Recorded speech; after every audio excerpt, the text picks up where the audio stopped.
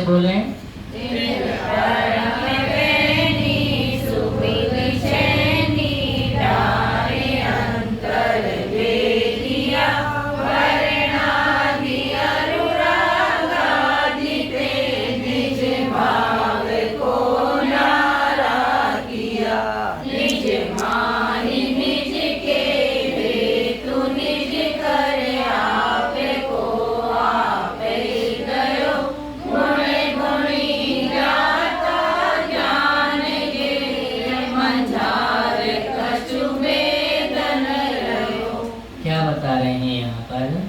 जिन्होंने, पहले समझ लें, जिन्होंने सम्यक ज्ञान रूपी छेनी से क्या किया है, भेद दिया है। किसको?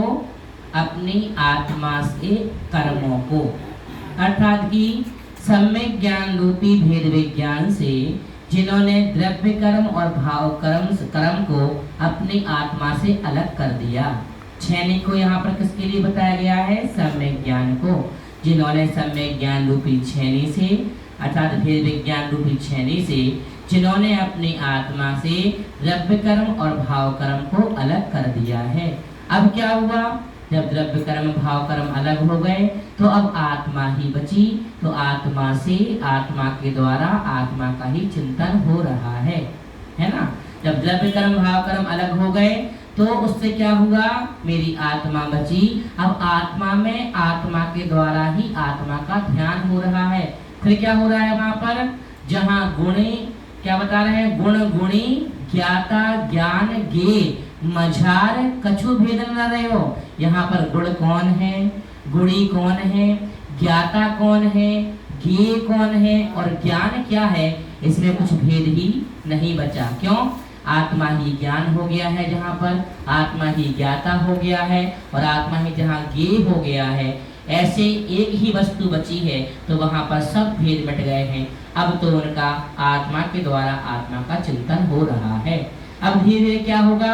अब धीरे धीरे वो ऊपर की ओर बढ़ रहे हैं, विशुद्ध अवस्था की ओर, और उनको मोक्ष पद की प्राप्ति हो जाएगी। अब देखें, जिन परम पैनी, जिन्होंने अत्यंत पैनी सुबुद्धि सम्यक ज्ञान रूपी भेद विज्ञान रूपी छेनी से डार अंतर भेदिया, अंदर डार करके भेद दिया है।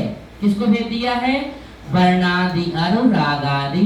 वर्णादि अर्थात की स्पर्श रस गंध वर्ण रूप जो द्रव्य कर्म है और रागादि राग द्वेष आदि जो भाव हैं, निज भाव को न्यारा किया। इससे इन भावों से अपने आप को क्या कर लिया?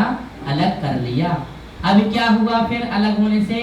निज माही, अपनी आत्मा में, निज के हेतु आत्मा के लिए, निज कर आत्मा से आपको, अपनी आत्मा को ही आपे कहो खुद ही ग्रहण कर लिया। अर्थात आत्मा के द्वारा आत्मा को ही ग्रहण कर लिया। फिर क्या हुआ? गुण गुणी, गुण कौन है, गुणी क्या है? ज्ञाता ज्ञान गे, ज्ञाता कौन है? गे मतलब ज्ञाता तो हो गए हम जानने वाले, गे जिसको जाना जा रहा है और ज्ञान जिसके माध्यम से जाना जा रहा है। ज्ञाता तो हो गए हम, गे जानने योग्य वस्तु और ज्ञान क्या? जिसके माध्यम से जाना जा रहा है। इन तीनों में ही क्या हो गया? कुछ भी भेद ना रहा, कुछ भी भेद नहीं रहा। इसके पहले क्या हो रहा था? इसके पहले मन के द्वारा ओम ओम का उच्चारण हो रहा था। तो मन तो मेरा ज्ञाता हो गया और ओम क्या हो गया? क्या हो गया? वस्तु हो गई चिंतन करने योग्य, और ज्ञान क्या हो गया? जिसके माध्यम से हम कर रहे हैं। मन हो गया हमारा, ज्ञान हो रहा है क्या? ज्ञान किसका हो रहा है?